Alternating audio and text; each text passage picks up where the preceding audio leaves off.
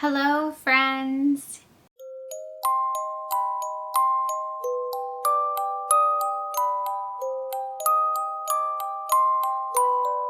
And welcome to 72 Hours in a Haunted House reading vlog. If you guys are unfamiliar with this readathon, it is 3 days in a haunted house, and each day you spin a wheel. You can spin either a thriller wheel or a horror wheel that has the subgenres of thrillers and horror. I believe you can spin each wheel each day, but you can only spin one of them each day, if that makes sense. Like, you can only do thriller one day, and you can only or horror, or yeah, you guys know what I'm talking about. And this is hosted by Rye from Rye's Reading Corner, and Kaylee from Kaylee's Books, and Books with Lexi from Books with Lexi, and Cassidy with Covers with Cassidy, and Mel from Mel Lenore Reads, and I'm super excited to be participating. I am about to start reading, I think in like 40-ish minutes. It starts at 7, and I already spun the wheel. I went ahead and did thriller since it is a Thursday, and I just got finished reading Swan Song, which is kind of a heavy, long, apocalyptic, kind of sad book. So I just wanted like a fast-paced thriller to just breeze through this first day. I might do the horror wheel later on, but I'm not sure yet. It depends how this thriller goes. Anyway, I'm babbling way too much. I definitely will be doing the horror wheel for the remainder of the weekend. So yeah. Anyways, when I spun the wheel, the thriller wheel, like 30 minutes ago, I wanted to give myself enough time to find this subgenre. And I got mystery, so my least favorite, no, I'm just kidding. I feel like mystery is very broad, which is nice for a thriller. So I have this book, this thriller by Tamron Hall, All the Wicked Watch. Tamron Hall is an MSNBC correspondent. I'm a fan. I recognize the name. So I saw this on Jesse from Bow Ties and Books recommendation video for Readathon, and I was like, Tamron Hall has a thriller?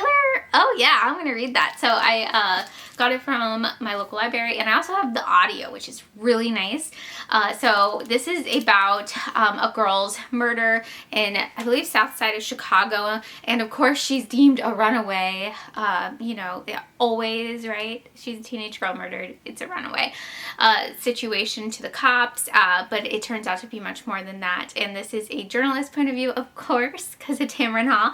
And yeah, I'm really excited to read this. This is, I believe, like a crime thriller, which I'm more drawn to recently. I don't know what it is. Maybe they're a little bit more gritty, but this is a crime thriller through a journalist point of view, which is awesome. So I'm excited to start this. And as for the horror stuff, I honestly have no idea. I'm hoping one of the spins lands on something that will fit for episode 13 by Craig DeLuey, because I'm trying to read that this weekend as well. So we shall see. If not, I have Kindle Unlimited, so I have plenty to choose from my KU books that I have already borrowed, I guess. Does that make sense? Does any of this make sense? But I am going to cook dinner really fast, and then start reading and probably join some sprints and stuff to knock this out. By the time I make it, like, if I'm feeling good where I'm at in it, I might spin the horror wheel just to see where I fall, and start reading that before I go to bed, because I actually work late tomorrow.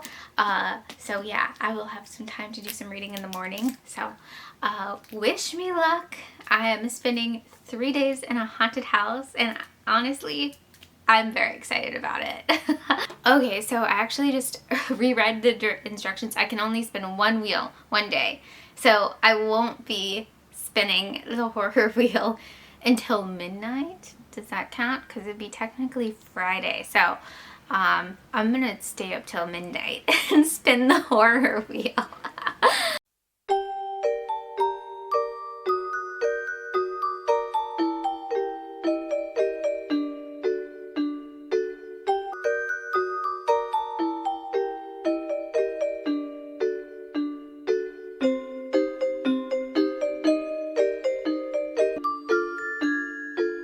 Okay, so it is the next day. It is around, I think, 1 o'clock.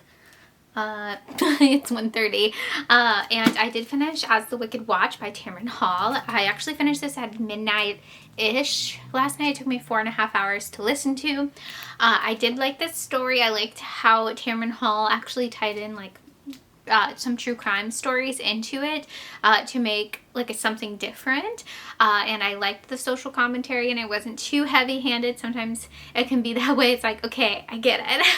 But I thought it was really great. You could tell Tamron Hall talks from, you know, her real experiences of being Black in, you know, white spaces.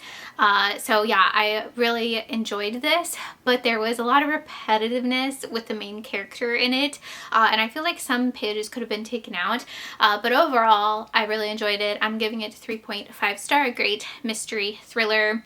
It is a crime thriller, but it's not as gruesome as most procedurals are, because this is like a journalist's point of view. It's not the detective's point of view. It is pretty dark, but yeah, overall, whoa, I'm gonna hit myself with it. 3.5 stars. I'll round up to 4 on Goodreads, but yeah, if you see this, I highly suggest checking it out if you're into thrillers. And then I spun the wheel for horror, and I got Cozy.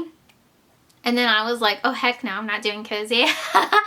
So I respun. So you get 3 re-spins on that wheel for that day. So I didn't want to read any cozy horror. The only cozy horror I could think of was Cackle, and I don't have that right now. So I decided to respin, and I got Scary Word in the title. And for that, I decided to go with The Reaping by Bernard Taylor. This is the reprint by Valancourt, and it is on my 23 and 23 paperbacks from hell. I don't know why I just did that. That was weird. So as you can tell, I started reading this. I think that's construction, but it definitely sounded like a scream just now. That was weird. So really quickly, I'm really enjoying this. Is only 220-ish pages, so it's going super fast. I read like 90 pages last night, and then I knocked out some pages this morning, and I'll probably finish it before I go into work today. But basically, this is about a painter who is, you know, lured to this town to do a portrait for this woman, and it's not a convent, but there are nuns around, but he overhears the nuns, and they're like cussing, and they're smoking, and he's like, are you nuns? I don't know. I'm sus about this, but overall he ends up leaving, and then some other stuff happens. So right now I feel like I'm in a bit of a lull before the climax, but it's very cinematic, the opening and stuff. So yeah, I'm really enjoying it so far. And I posted for the Instagram pictures. I posted on my Instagram. My Instagram is always linked in the description box down below, and all you do to get to that is to hit more. I know things have changed on YouTube's side for everything, so it does look different, but it's always at the bottom of my description under socials. And I did do a recreation photo of Dollies, which was gifted to me by Kelsey, because she knows me so well, and I just absolutely love this cover. I haven't read this yet, but I'm not expecting a lot whenever I do get around to reading it, because typically with paperbacks from hell, it's like the cover's really good, the story's not going to be as good, but you know, I love the cover so much. So that was fun to take a picture, and I did a little bit of editing on it, but yeah, that was fun. Anyways, I will I'm gonna get back to reading, and I'm going to work tonight too. I might make Spooky Word, if I finish this before midnight, I might make Spooky Word fit for episode 13, because 13 is a spooky word, right? Is it?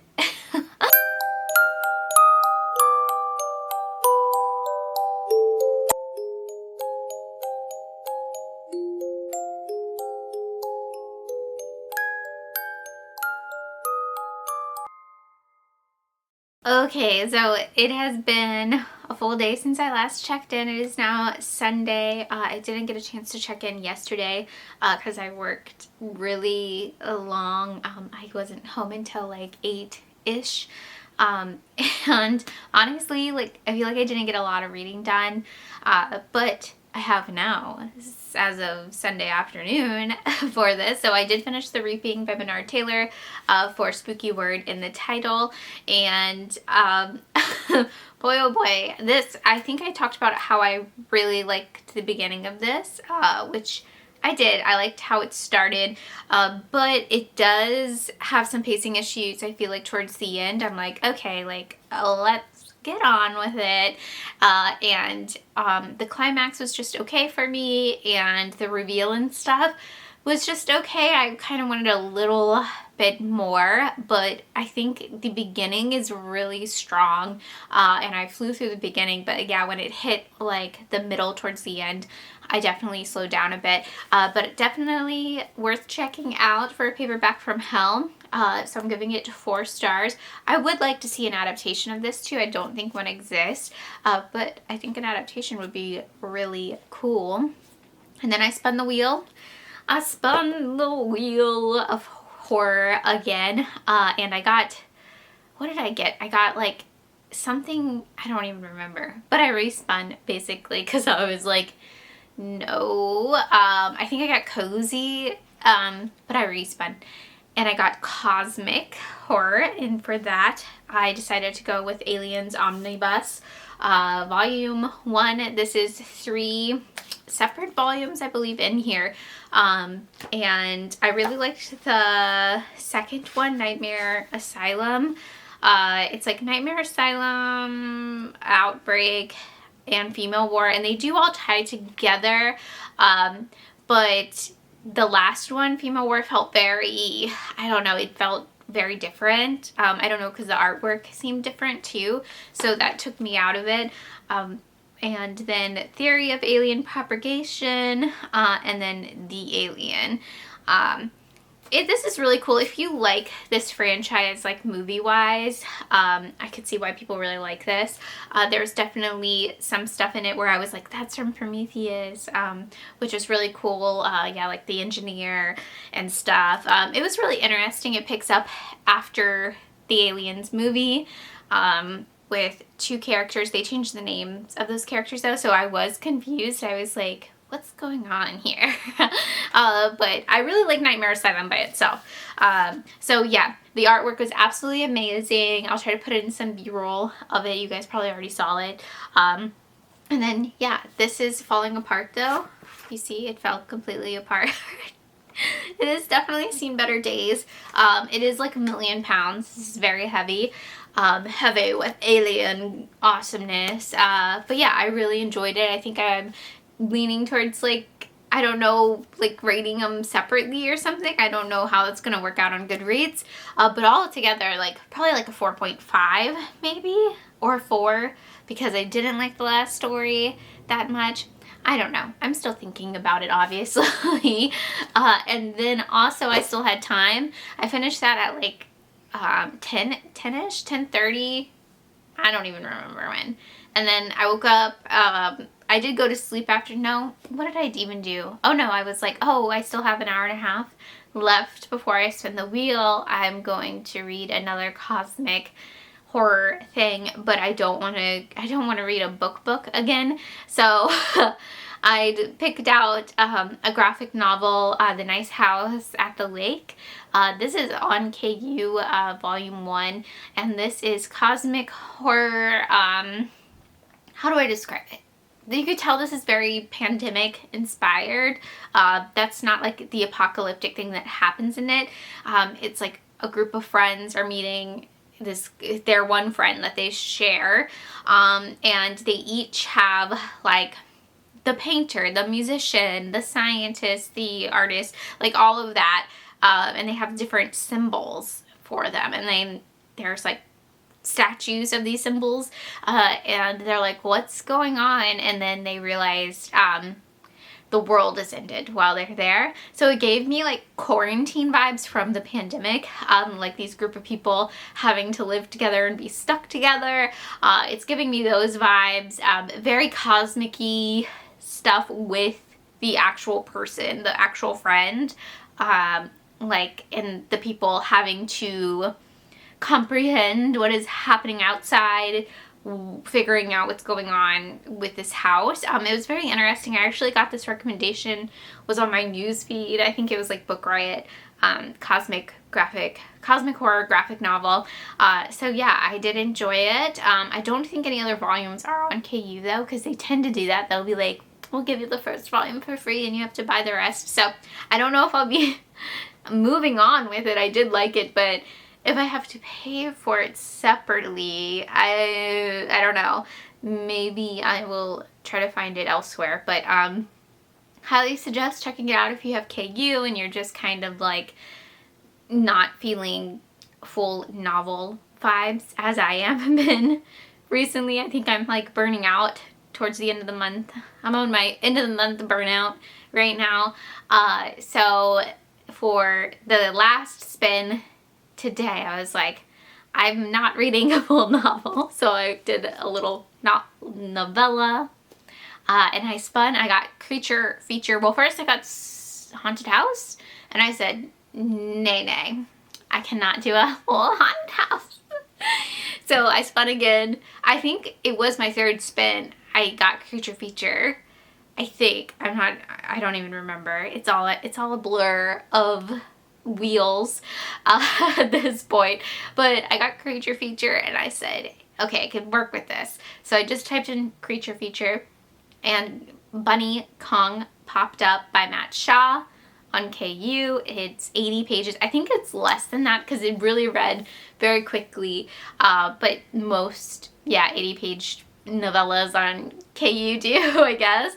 And this is about a family that is traveling, and the dad tells like an urban myth, a story about Bunny Kong, and ends up scaring the kids. And yeah, that's pretty much all I can say about this. You can tell this was very much inspired by the Bunny Man, or the Bunny Bridge in Fairfax, Virginia. Represent. So I did like that. And yeah, it was just kind of cute, actually. I feel like Matt Shaw's covers and stuff on KU, I haven't read anything else by him, but they tend to look extreme. I don't know if he writes extreme horror, but this was not. It was actually quite cute and funny, and had like a really funny afterword, because apparently like his dad told him like a story like this. I'm assuming it's Bunny Bridge story that's here. If you guys don't know that, it's you should watch The Boys. You should watch the Ghost Adventure Boys go to the Bunny Bridge. It's hilarious. Is it that one? I don't know. I just lost my mind. But it's like an urban legend here in Northern Virginia that there is like an axe-wielding bunny man, like a man in a suit, that kills teenagers in their cars while they're like at makeout point or whatever, you know, like every urban legend. Why am I talking about urban legends right now? You tell I read too many books in a short span of time this weekend. But that is all for this 72 hours in the haunted house. I am getting out early on Sunday afternoon. And yeah, I only have 2 more books to read this month. So that is all. That is all, folks. Let me know if you participated in this fun readathon. What did you end up reading? And also be sure to follow all of the hosts. I will link in my description box down below. And I hope you guys have a great week. Bye!